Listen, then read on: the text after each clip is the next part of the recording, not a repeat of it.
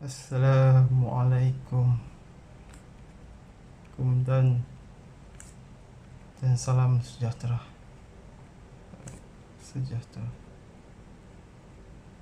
Saya Faisal. So hari ini saya akan membuat sedikit book review dan buku yang telah pun saya baca. Tapi sebelum tu, sebelum kita ke book review, minggu lepas, kalau tuan-tuan dan puan ada mengikuti berita di mana SpaceX telah berjaya menghantar manusia ke angkasa lepas, iaitu pada 30 Mei 2020, dan dalam pukul lebih kurang 3:30 pagi waktu Malaysia, SpaceX berjaya mencipta sejarah dengan membuat pelancaran angkasa yang membawa sekeliling manusia bersama-sama. So ini adalah kali pertama SpaceX menghantar manusia ke angkasa lepas, kerana sebelum ni mereka hanya hantar hantaran kargo ke angkasa lepas. So ini juga adalah kali pertama roket dilancarkan di Kennedy Space Center KSC, Amerika Syarikat sejak tahun 2011, which is mean that it's about 9 years there's no launch of the rocket to the space in the American soil.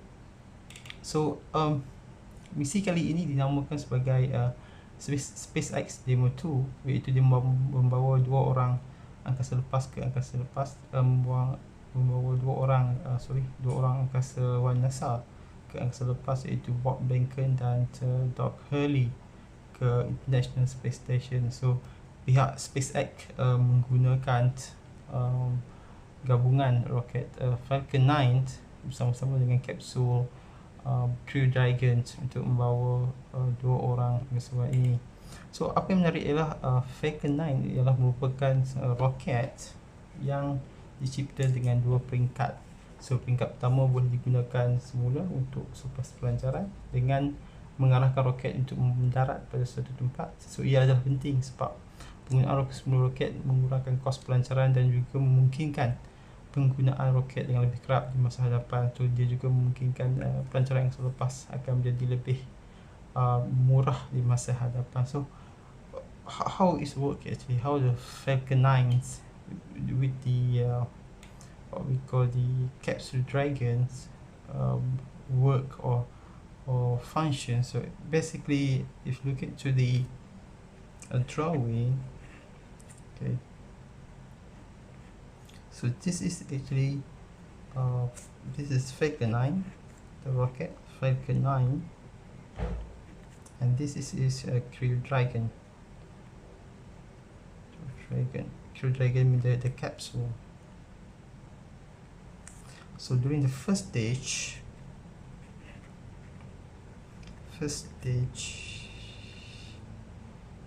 so the first stage, this rocket will burn first to push the rocket up into the air. The second stage, after that, after about 8 minutes, what we call the first stage rocket will detach from the rocket, and the second stage rockets will start to burn to push the rocket and the capsule into the space. So the first stage will eventually turn back to the Earth in the position and landing into the pods. Okay, like this, into the pod. So this one can be reused again, used in the future. So by doing this, actually, the cost will be more effective. So it's like you fly with the aeroplane. Imagine that's every time aeroplanes be used, they are completely setiap kali what we call the kapal terbang digunakan, dia dimusnahkan, dan bila nak buat another trip, guna kapal terbang yang baru. So of course it's going to cost a lot of money. The same thing goes with the what we call the rockets. So itu adalah mukadimah lah untuk review buku hari ini. So kita tahu SpaceX adalah dimiliki oleh Elon Musk. Elon Musk adalah founder of SpaceX, adalah founder of Tesla, and then the founder of the PayPal also, sebelum dia jual PayPal kepada orang lain. So tajuk kita hari ini, buku yang kita nak review hari ini ialah berkaitan dengan Elon Musk, iaitu buku ini, Elon Musk, Tesla, SpaceX, and the Quest for Fantastic Future, Ashlee, Vance. So actually buku ni saya habis baca I think 5 or 6 months ago, and it's actually how many pages? It's actually 434 pages. So it's quite a thick book. It took me about, I think, 1 or 2 months to finish this book because of time constraint. As someone who's working in the industry, and of course they have much free time somehow, but somehow they'll be able to find time to read, keep my interest on the book. So apa yang menarik tentang buku ini ialah ia ditulis oleh Ashlee, Vance, dan mengambil masa lebih kurang dalam 2 tahun untuk nak disiapkan. Dan antara orang-orang yang ditemu ramah oleh penulis itu sendiri ialah Elon Musk sendiri, and dia punya rakan-rakan kongsinya, teman rapatnya, bekas pekerjanya, dan juga isterinya. So buku ini mempunyai credibility ataupun mempunyai apa dipanggil sebagai kewibawaan untuk kita nak rasa kewibawaan untuk kita nak dari segi kebenaran atau dari segi kebenaran apa yang tulis itu sendiri. Kan sebab orang yang diinterview dalam buku ini sendiri untuk nak hasilkan buku ini ialah Elon Musk sendiri, iaitu orangnya sendiri, Elon Musk. So apa di sini saya nak kongsikan beberapa perkara yang buat maklumat dan iktibar kepada kita semua lah. So yang pertama ialah tentang kewarganegaraan Elon Musk. Ramai orang anggap Elon Musk ialah what we call dilahirkan di Amerika. Sebenarnya dia tidak. Dia sebenarnya dilahirkan di Afrika Selatan dan berhijrah ke Kanada pada usia 17 tahun, dan kemudian Amerika Syarikat pada tahun 1992 untuk melanjutkan pelajaran dalam bidang perniagaan dan fizik di University of Pennsylvania. So walaupun berasal dan dibesarkan di Afrika Selatan, keluarga sebelah ayahnya adalah berasal dari Amerika Syarikat, dan itulah sebab dia boleh mendapat kerajaan negara tersebut. So keluarga sebelah ibunya pula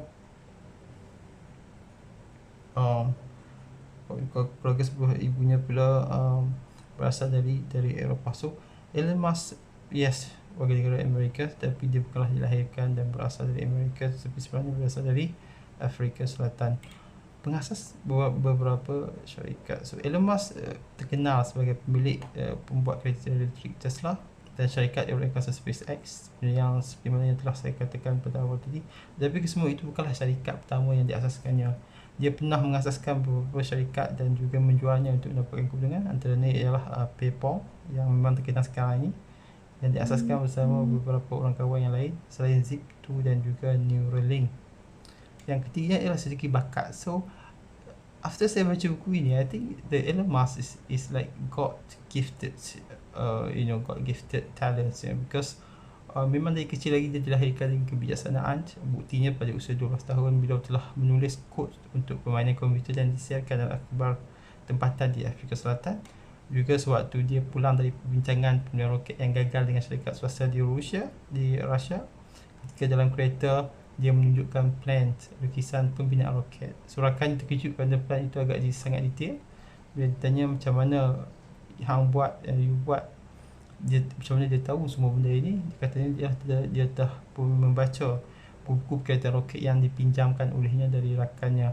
So maknanya dia memahami macam mana nak membina roket, the function of the rocket, hanya berdasarkan kepada buku yang dia baca. So this one is not easy actually. Even if you go and learn the aerospace engineering also, it is quite a tough subject as far as I understand.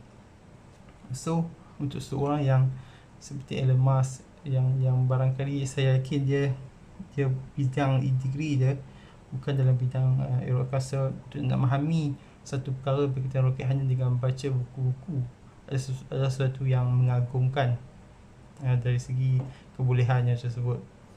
So yang keempat adalah pencinta ilmu. So ini satu perkara yang pada saya agak penting, sebab sekarang ni saya fikir masyarakat sudah tidak lagi um, apa tidak lagi berminat dengan ilmu tersebut.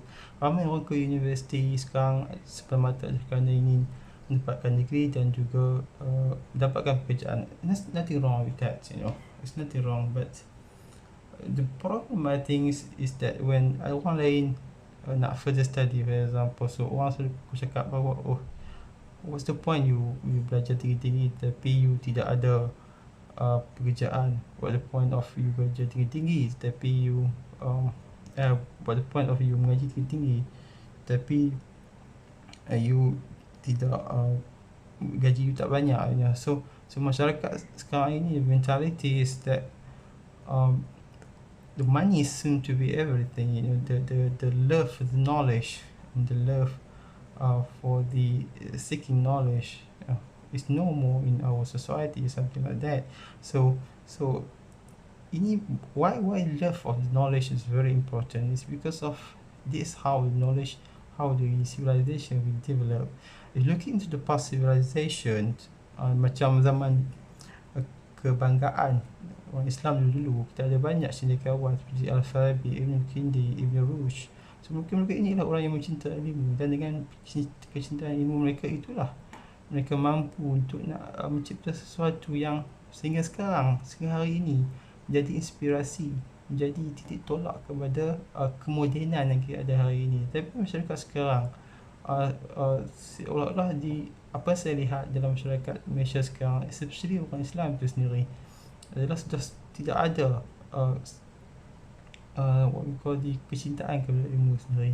So bila orang lain pergi belajar lebih master atau PhD, kita akan cakap what's the point, buat pun gaji tinggi pun kalau tak ada kerja boleh gaji sikit. Apa yang penting ialah gaji besar, duit banyak, of course that's very important. But if you cannot, kalau orang nak lain pergi, kalau orang lain punya minat nak belajar dengan lebih lanjut, just say to them good luck, no need to like say buat apa belajar tinggi, buat apa belajar tinggi, nanti gaji kerja keluar nanti tak ada kerja juga, right? So disebutkan dalam buku ini, Elon Musk memang cintakan ilmu. Selepas pulang waktu sekolah, dia akan ke perpustakaan untuk membaca buku-buku berkaitan dengan sains. So dekat situlah dia mendapat inspirasi, semangat, idea untuk nak membangunkan sains itu sendiri.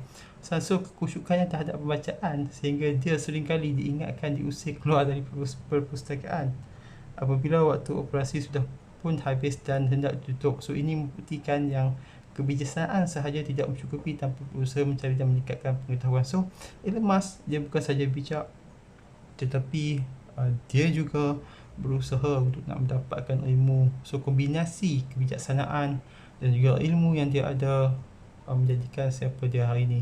So yang kelima ialah dia pernah dibuli. So Elon Musk seringkali dibuli sebab di sekolah, sehingga dia menganggap itulah perkara paling teruk pernah berlaku dalam hidupnya. Dan saya ingat dalam buku juga dia ceritakan bagaimana pernah sekali Elon Musk dibuli sehingga berdarah di kepala kalau tak silap, ataupun di hidung. So Elon Musk mempunyai sejarah pernah dibuli itu dulu, tapi sekarang dia adalah kind of king in the what we call in the technology now. So yang keenam ialah kerja keras. So apa yang dia dapat hari ini adalah hasil daripada kerja kerasnya yang bertahun-tahun. Malah sehingga sekarang pun dia masih mengekalkan rutin kerja yang sama. Kadang-kadang dia akan balik lewat malam dan tidur di pejabat. So jika dapat hal-hal yang penting, ini membuktikan yang kejayaan tidak datang dengan mudah. Ia memerlukan kerja keras yang berterusan walaupun anda adalah seorang bos.